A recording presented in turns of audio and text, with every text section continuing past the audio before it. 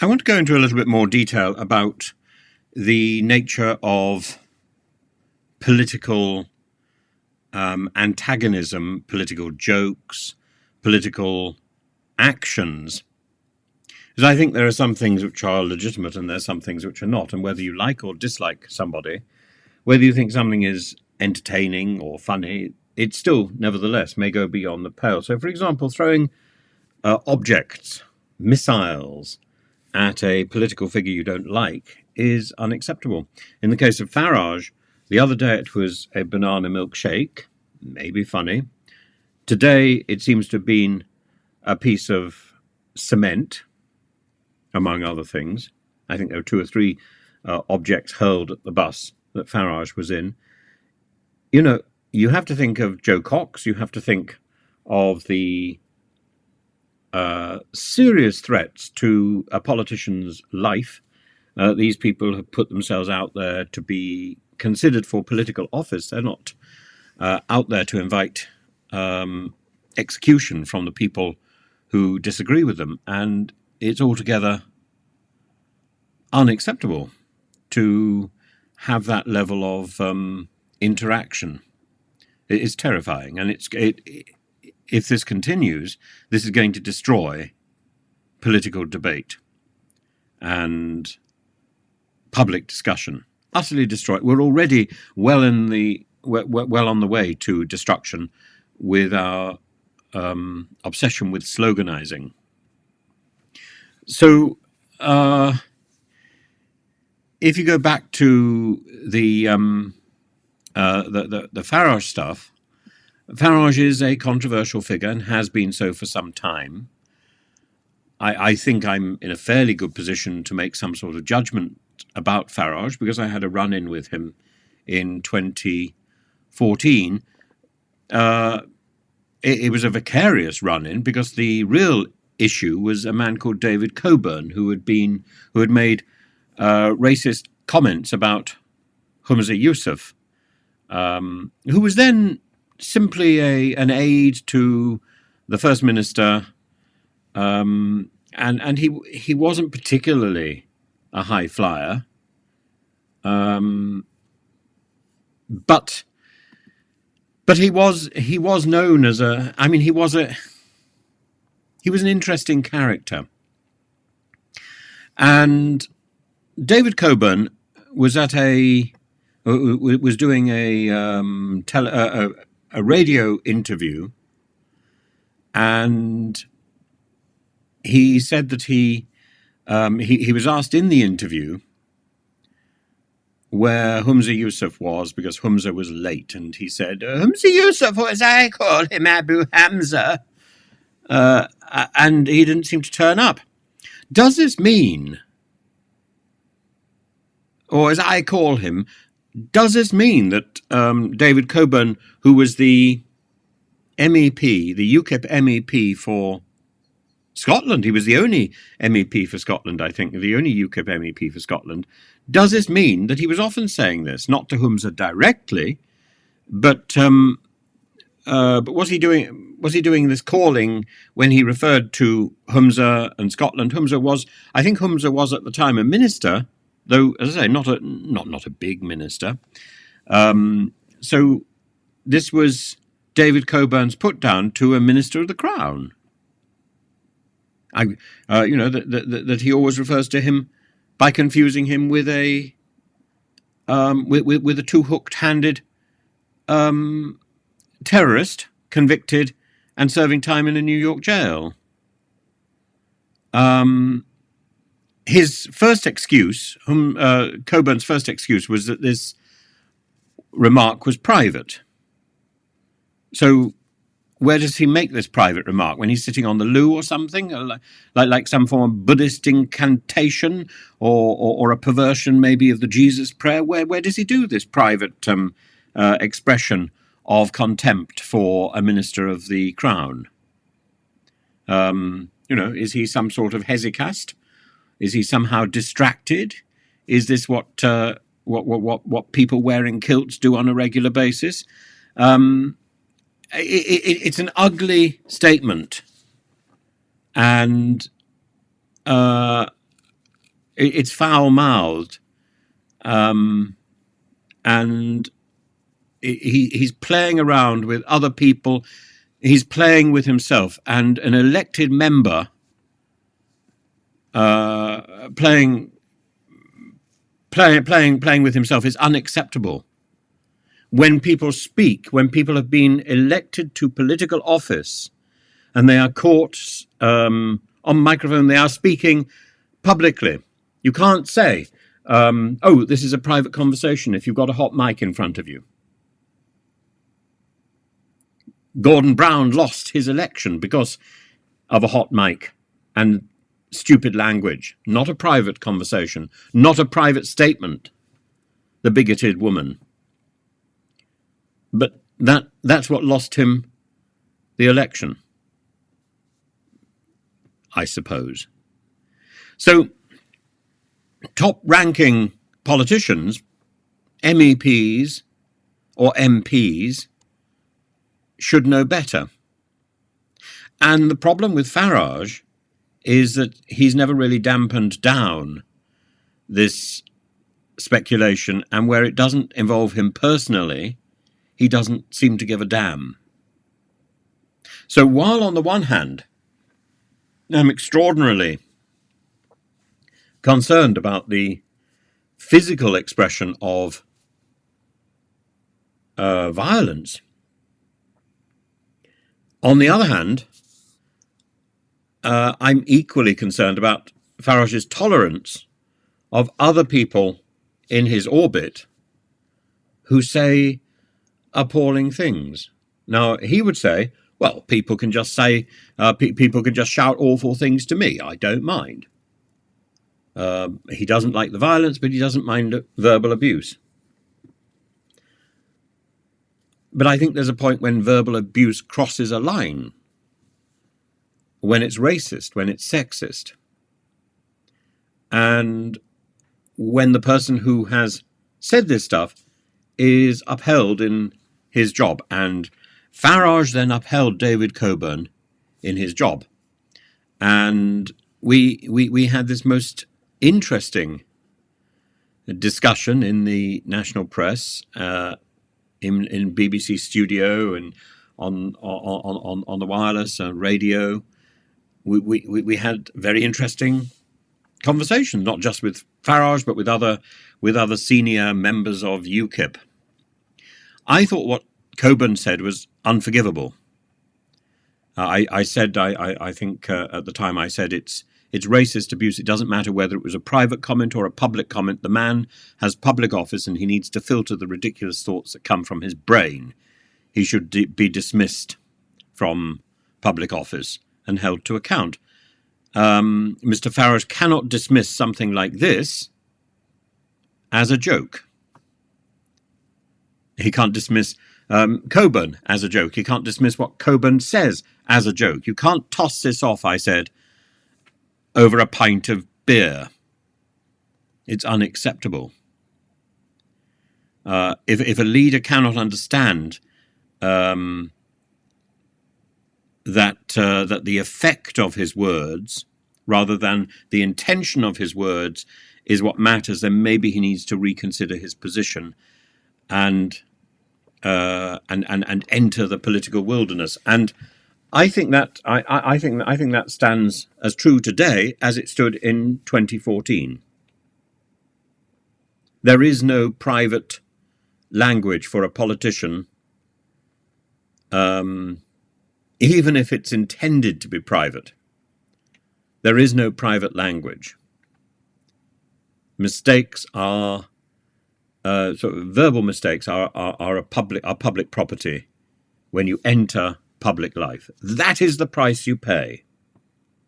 But I don't think the price you pay as a politician is to be the target of physical violence or the object for missiles to be thrown at. I don't think that's part of the deal, and I think that's fundamentally wrong, and we need to challenge it. We need to challenge it. Now, I'm not the only person to have challenged Farage.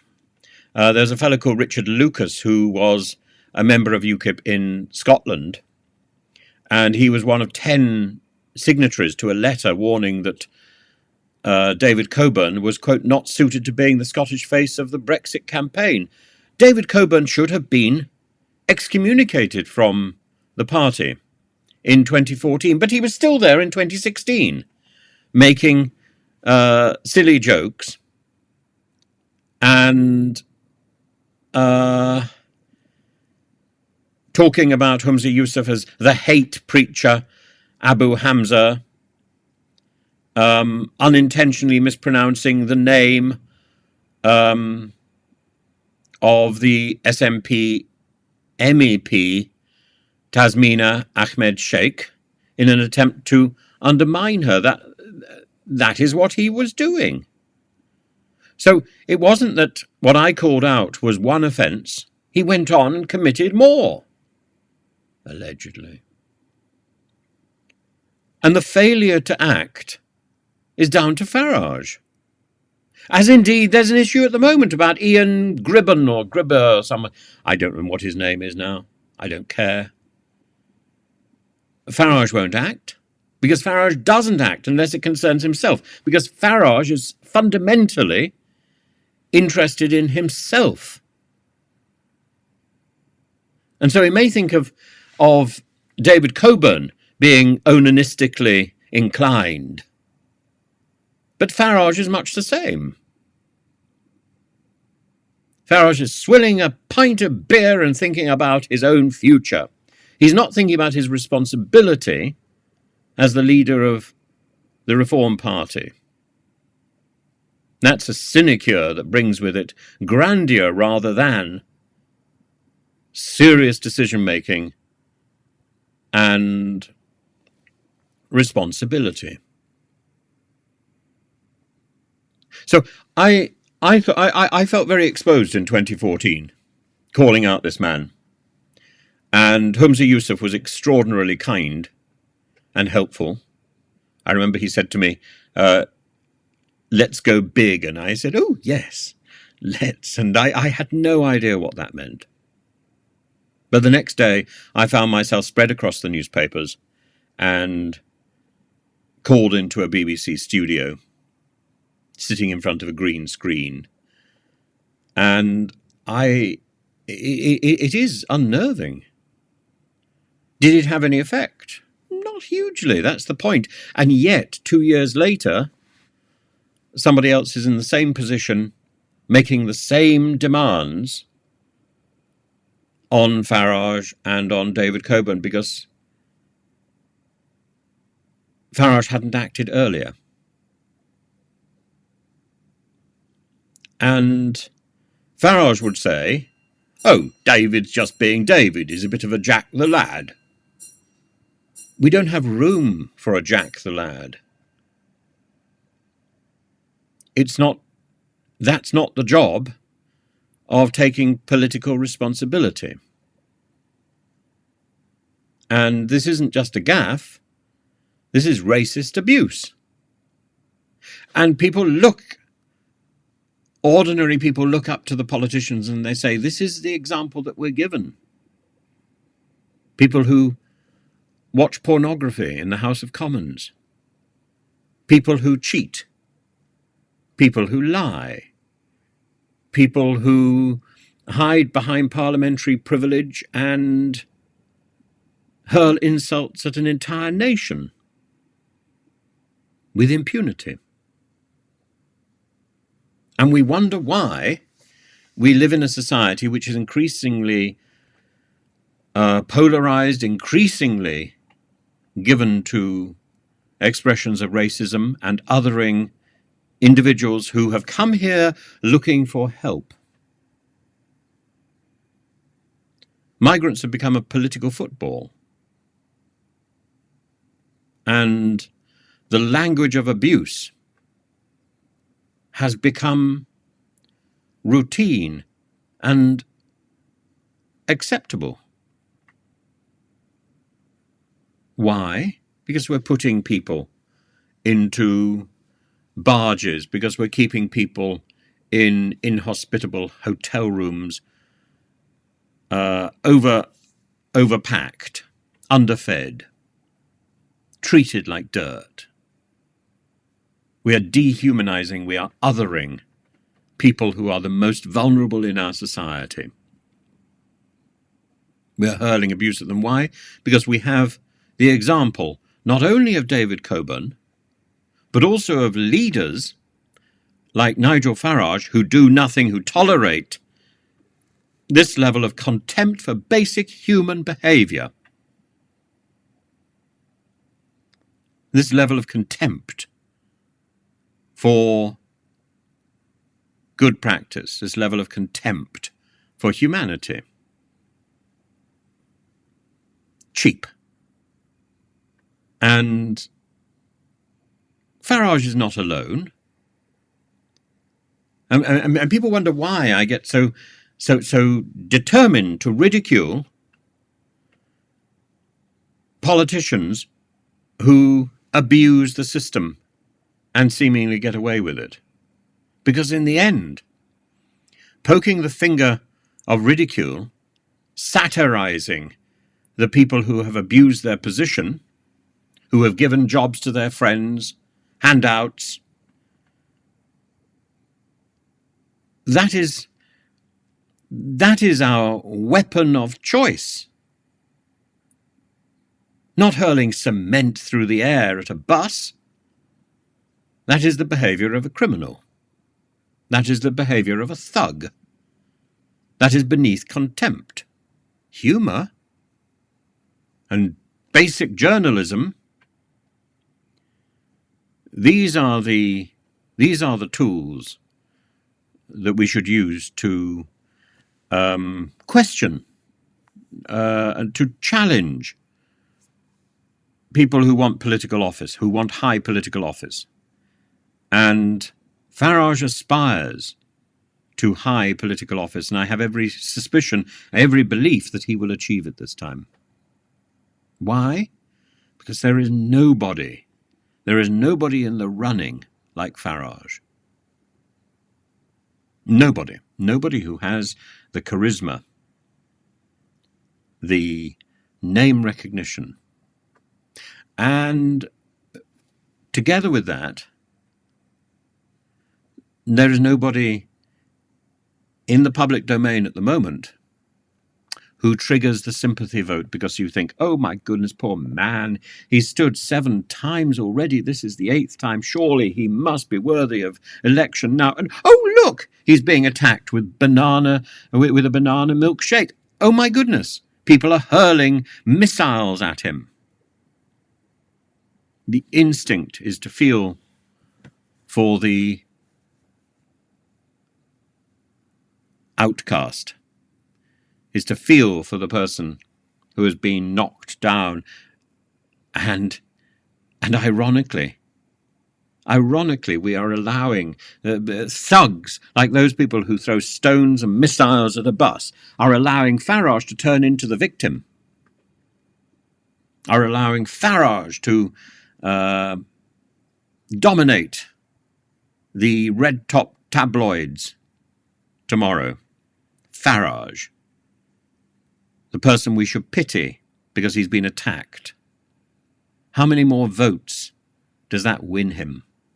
Throwing a missile at Farage doesn't hurt Farage. Doesn't hurt Farage at all. Farage avoided being struck. Farage earns more support because he looks like a victim. And my goodness,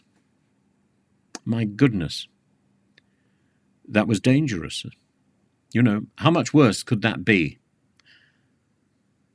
It's not a matter of arresting people who throw things. It's a matter of making it absolutely clear this must never happen. What do we do? Place a police cordon around our politicians when they're out campaigning? Do we ban campaigning because it's too dangerous? No. It has to be the popular decision to desist, the popular response to ensure this no longer happens. Riots at concerts, riots at festivals, Outrageous. Outrageous, but why? Why is this happening now? That's really an even bigger subject.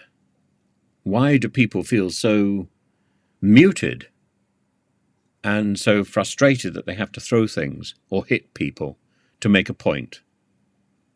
We have language. We have brains. We're not animals.